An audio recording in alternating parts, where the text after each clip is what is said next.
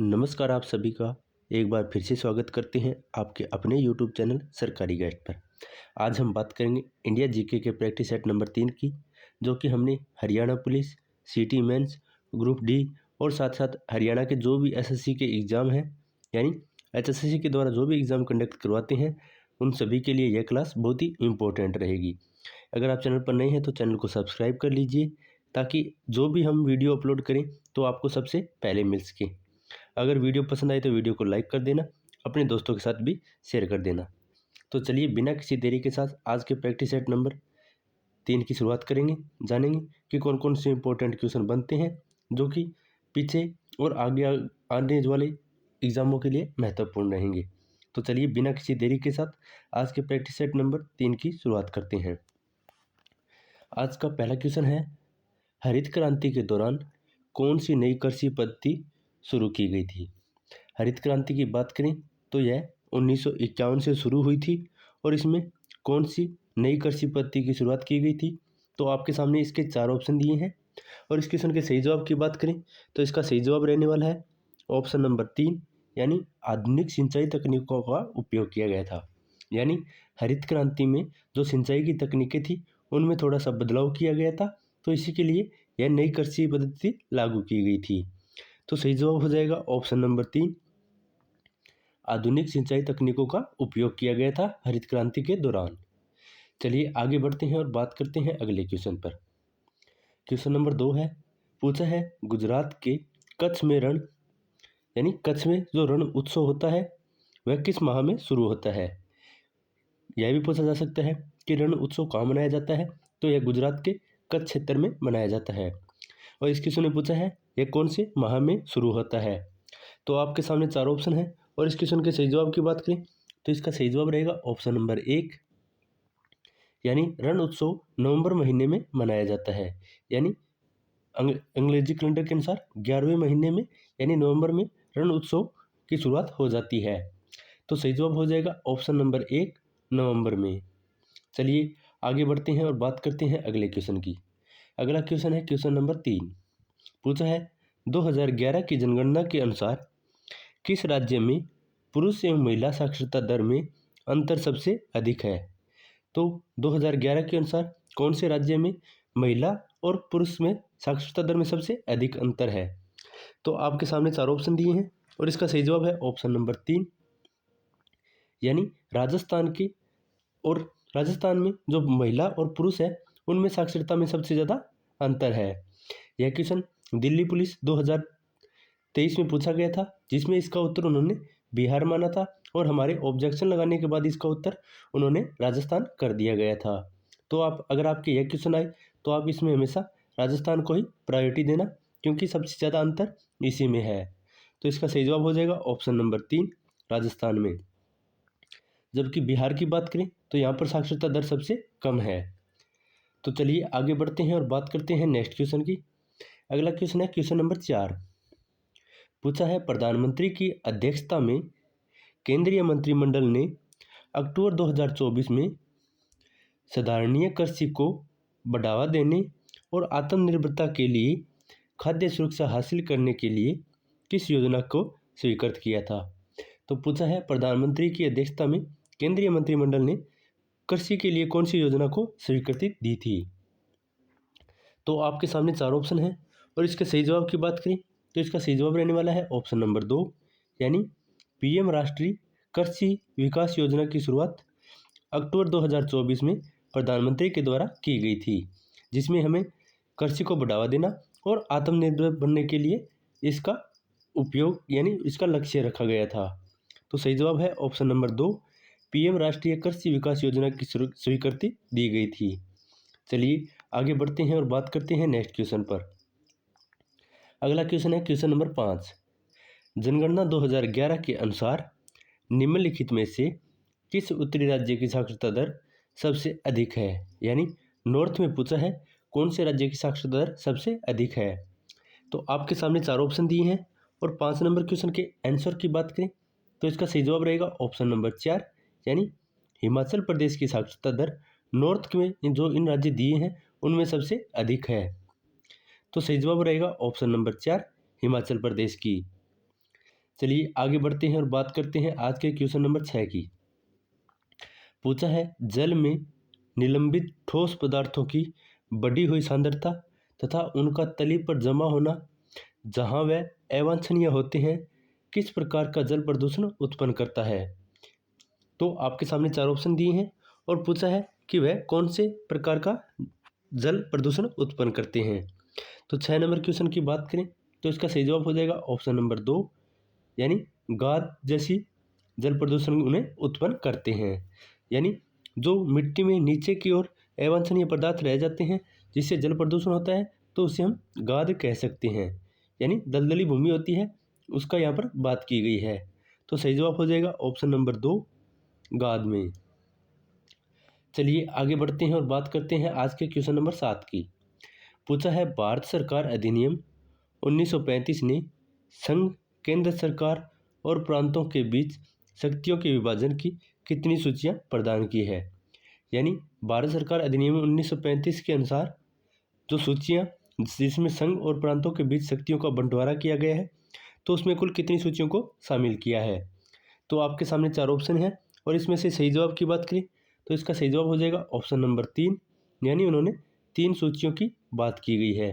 एक हो जाएगी राज्य सूची, दूसरी हो जाएगी केंद्रीय सूची और तीसरी हो जाएगी समवर्ती सूची। तो इन 3 समवर्ती सूचियों की बात की गई है। समवर्ती सूची की बात करें तो यह ऑस्ट्रेलिया से ली गई है। तो इस क्वेश्चन का सही जवाब हो जाएगा ऑप्शन नंबर 3, यानी 3 सूचियों को इसमें शामिल किया गया है।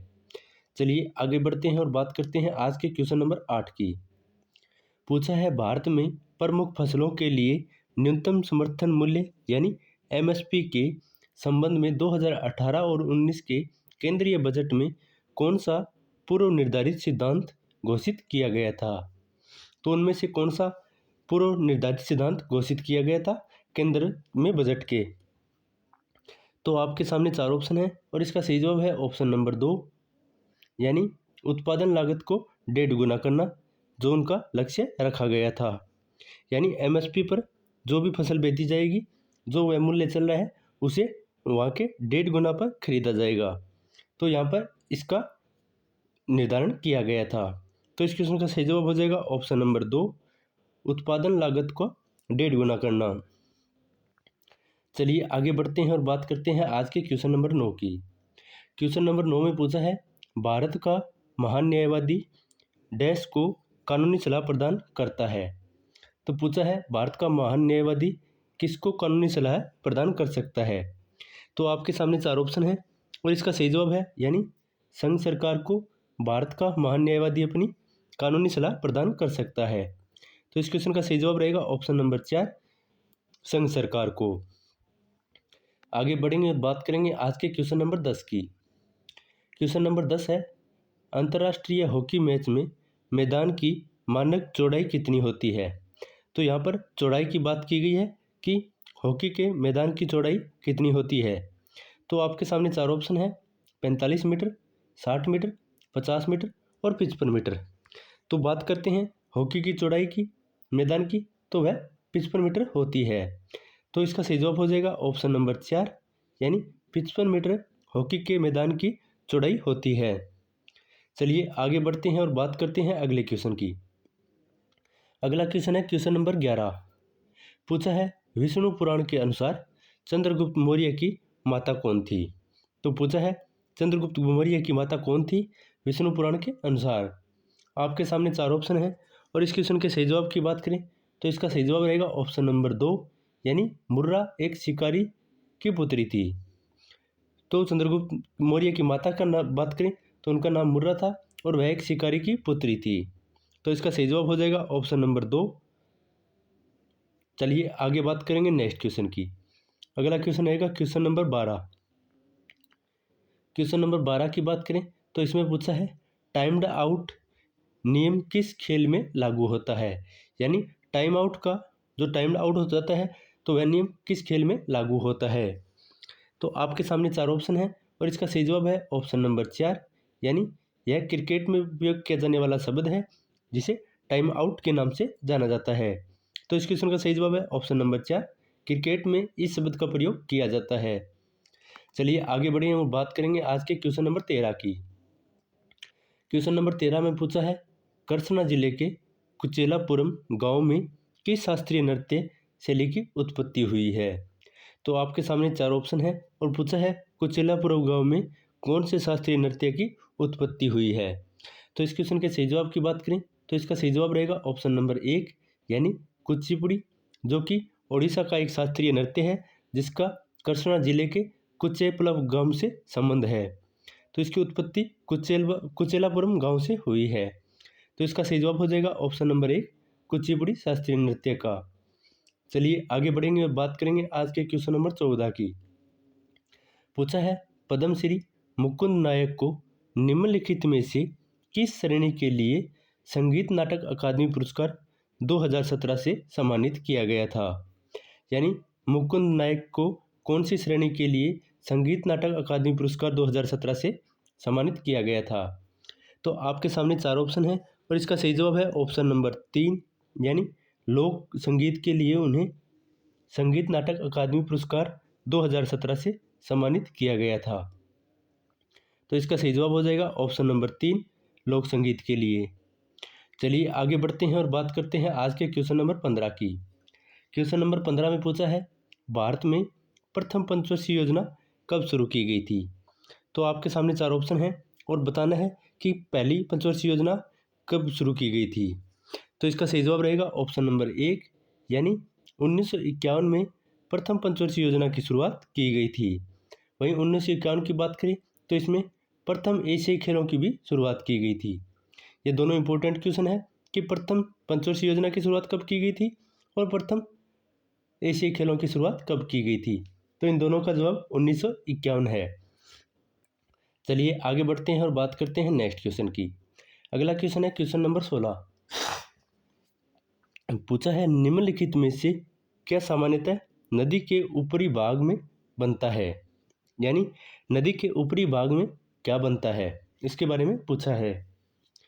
पहला है बाढ़ प्रवण क्षेत्र, दूसरा है गोखुर झील, तीसरा है तंग घाटी और चौथा है विसर्प।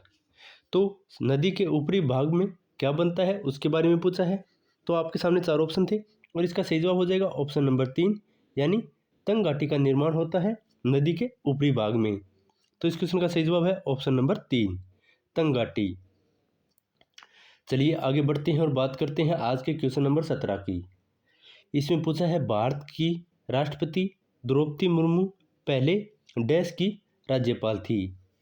तो पूछा है द्रौपदी मुर्मू का संबंध कौन से राज्य से है जहाँ पर वह पहले राज्यपाल रही है। तो आपके सामने 4 ऑप्शन है और इसका सही जवाब हो जाएगा ऑप्शन नंबर 2 यानी झारखंड से उनका संबंध हो जाएगा।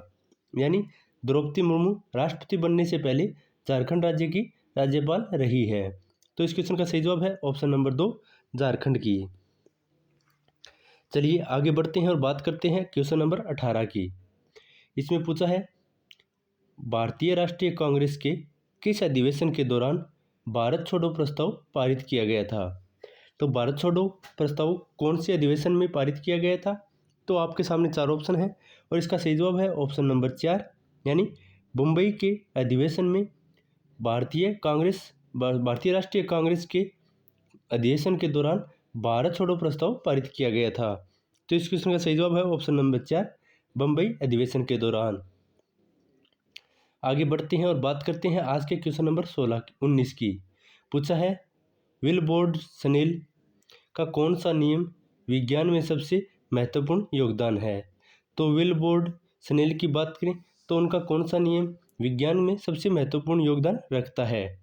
तो आपके सामने 4 ऑप्शन है और इसका सही जवाब है ऑप्शन नंबर 2 यानी अपवर्तन का नियम, जो कि विज्ञान में अपनी महत्वपूर्ण योगदान रखता है, जो कि विल्बोर्ड स्नेल के द्वारा दिया गया था। तो इस क्वेश्चन का सही जवाब हो जाएगा ऑप्शन नंबर 2 अपवर्तन का नियम। चलिए आगे बढ़ते हैं और बात करते हैं आज के क्वेश्चन नंबर 20 की। क्वेश्चन नंबर 20 में पूछा है रायगढ़ दरबार के एकमात्र जीवित 87 वर्षीय कथक नर्तक रामलाल बरेठ को 2024 में निम्नलिखित में से किस पुरस्कार से सम्मानित किया गया था। तो पूछा है जो कथक के नर्तक है रामलाल बरेठ, उन्हें किस पुरस्कार से सम्मानित किया है 2024 में। तो आपके सामने 4 ऑप्शन है, तो इसका जवाब आपको कमेंट में बताना है। तो यह आपके लिए होमवर्क रहेगा।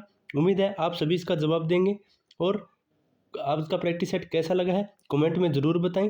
अगर वीडियो पसंद आई है तो वीडियो को लाइक कर दें और चैनल को सब्सक्राइब कर लें और अपने दोस्तों के साथ वीडियो को शेयर कर दें। नेक्स्ट पार्ट जल्द ही अपलोड कर देंगे। तब तक के लिए चैनल को सब्सक्राइब करें, अपने दोस्तों के साथ शेयर करें। वीडियो पसंद आई है तो वीडियो को लाइक करें। मिलते हैं एक नई वीडियो के साथ, तब तक के लिए धन्यवाद।